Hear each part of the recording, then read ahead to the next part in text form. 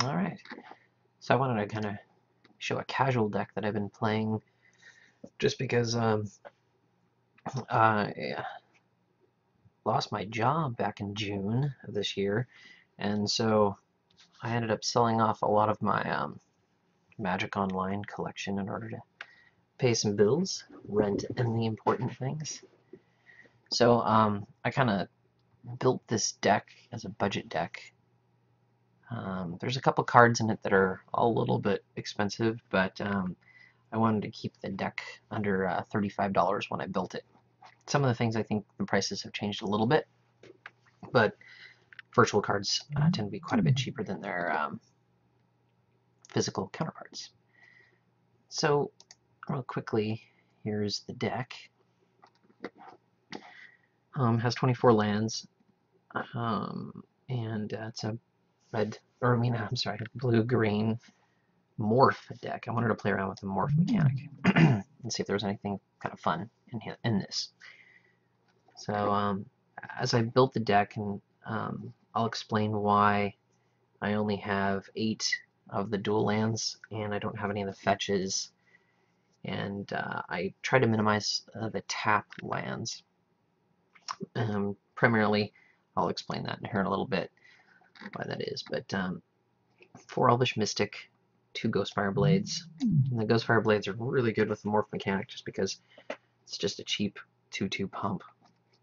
And particularly when you anchor it or equip it to a morphed creature, when they unmorph it stays on them. So a lot of the creatures that I have that morph are like lower power, so it's kind of important to keep them having some level of power. One of the better cards, strangely enough, it would be the Dragon's Eye Savants. This is a 0/6 morph creature.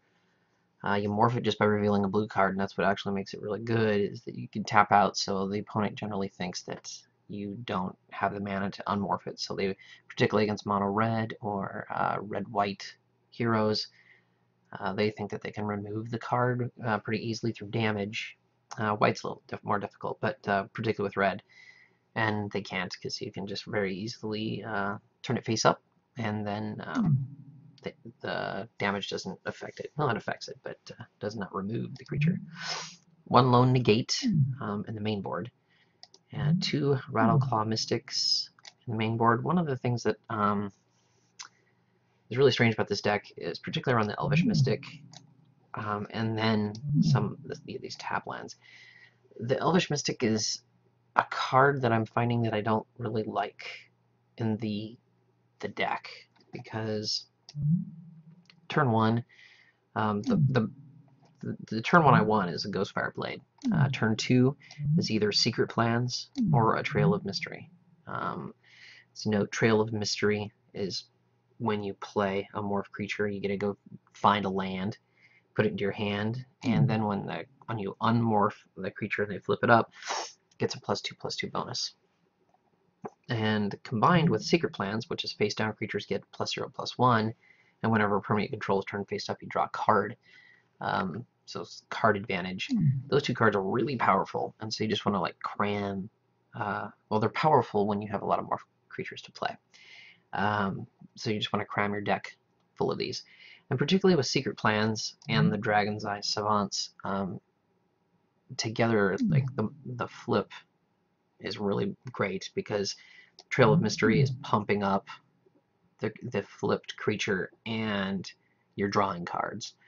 So it's a great combo.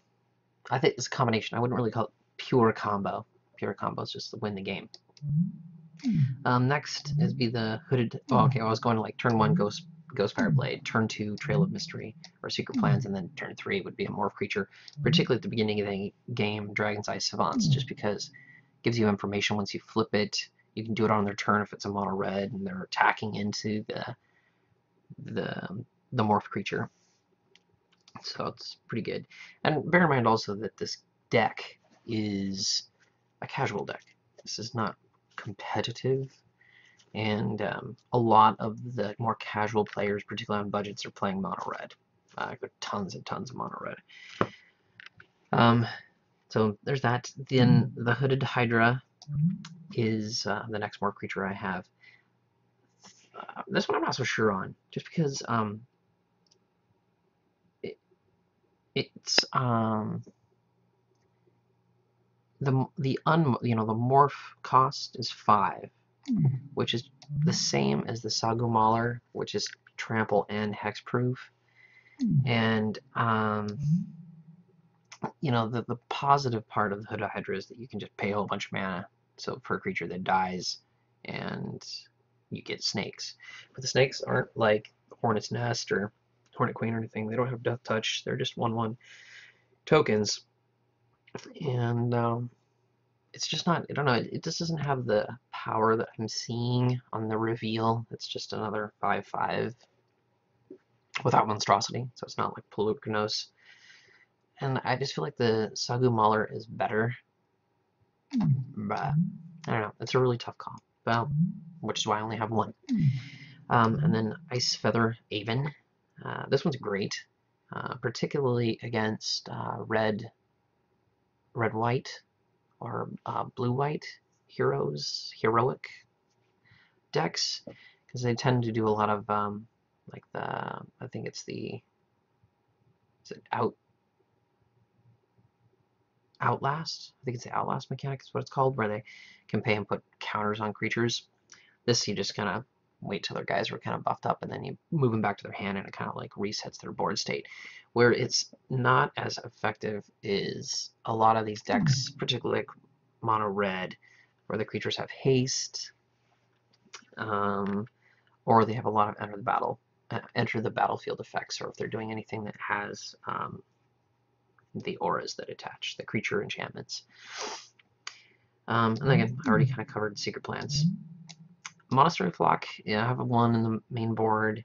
Is just there for the flying ability. This deck is a little weak to flying. I mean, aside from the Ice Feather Aven, the only other flyer really is the Monastery Flock. So that's why it's there. And the morph is cheap. So that's the primary reason there. Dissolve, just most of the time I hold this and I'm using it a lot for the scry, and then it is a little disruptive.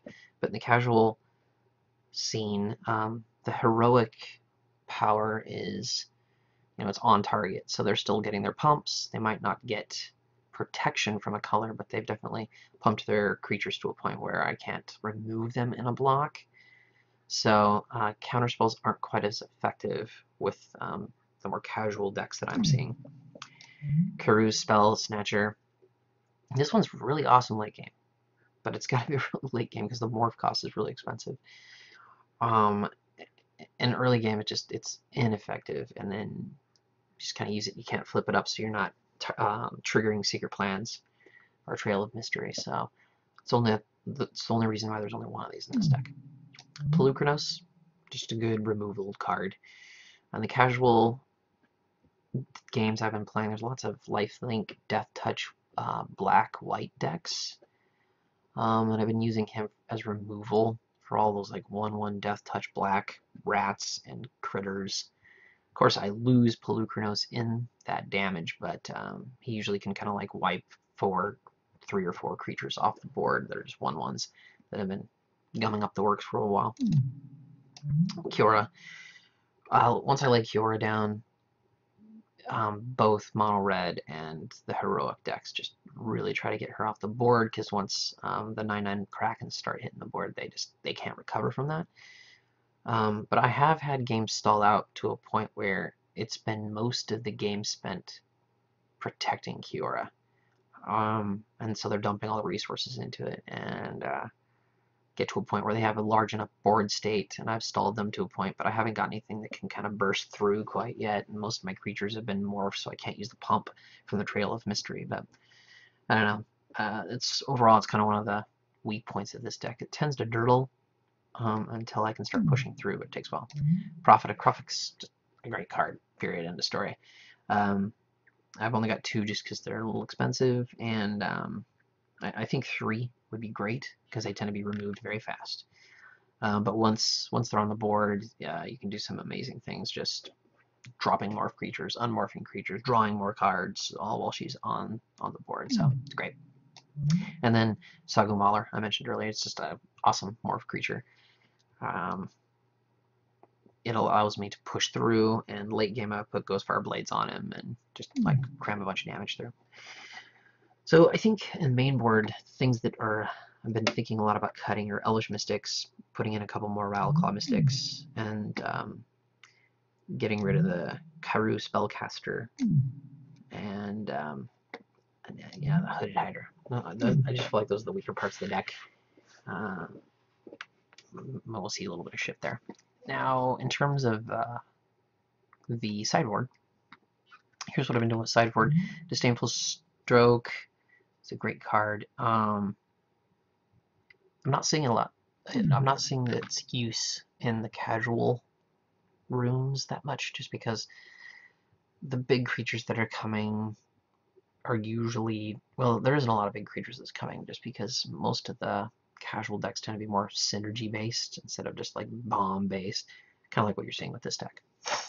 Negates come in against mono red, and also the heroic decks. Again, counterspells aren't very useful against the heroic deck because on target or when on cast is when they get their pumps. Nullify is really good with green-red decks, where you're seeing a lot of the enchantment creatures binding to other creatures, so that removes that. The Monastery Flock, when I'm up against a lot of flying creatures, these come in main board right away, and I just remove the Elvish Mystics. I find myself removing the Mystics a lot.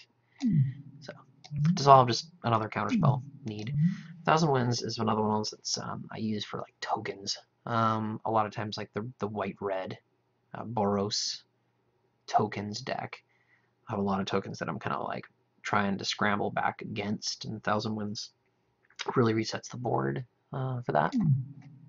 And Hornet's Nest, anything that's aggressive, just lay that thing down and it stops them dead in their tracks. White generally has more like exile effects, so it's a little harder. Against white decks are just removal, but red, red stuff is all damage based, so they have a little more difficulty trying to get rid of the Hornet's Nest. Reclamation Sage. Trying to think. I don't bring the Reclamation Sage in too often. I'm trying to think of some instances where it's been useful. A lot of like mono black, where they're doing stabbing wound against some of my creatures, helps, but and blue has a lot of the enchantment gain control of target creature. Anyway, this is the deck currently.